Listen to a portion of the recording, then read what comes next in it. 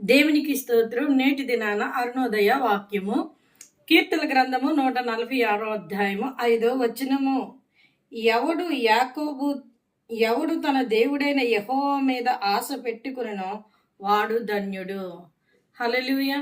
ప్రియమైన దేవుని బిడ్డ, ఇక్కడ దేవుడిస్తున్న ఈ వాక్యంలో ఏమని ఉందంటే, ఎవరైతే దేవుని మీద ఆశ పెట్టుకుంటారో దేవుడే నాకు ఈ సహాయము చేయగలడు, ఆయనే నా సమస్య నుండి నన్ను విడిపించగలడు, ఆయనే నాకు భద్రత కలిగించగలరు, ఆయనే నాకు ఆరోగ్యము దయచేయగలరని ఎవరు దేవుని మీద ఆశ పెట్టుకుంటారో అలాంటి వారు ధన్యులు అని లేఖనం సెలవిస్తూ ఉంది.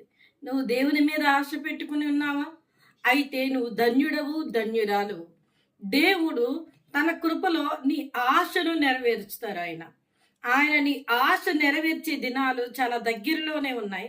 దేవుని యందు నీ ఆశని ఎల్లప్పుడూ విడిచిపెట్టకుండా ఆయన యందు నువ్వు ఆశ కలిగి ఉన్నప్పుడు ఆయన మేలుతో నిన్ను తృప్తిపరిచి ఆశీర్వదించి దీవిస్తారు. కనుక నువ్వు అరుణోదయాన లేచిన వెంటనే ఈ వాక్యాన్ని పట్టుకొని ప్రార్థన చేసుకొని నీ జీవితాన్ని ప్రారంభించు.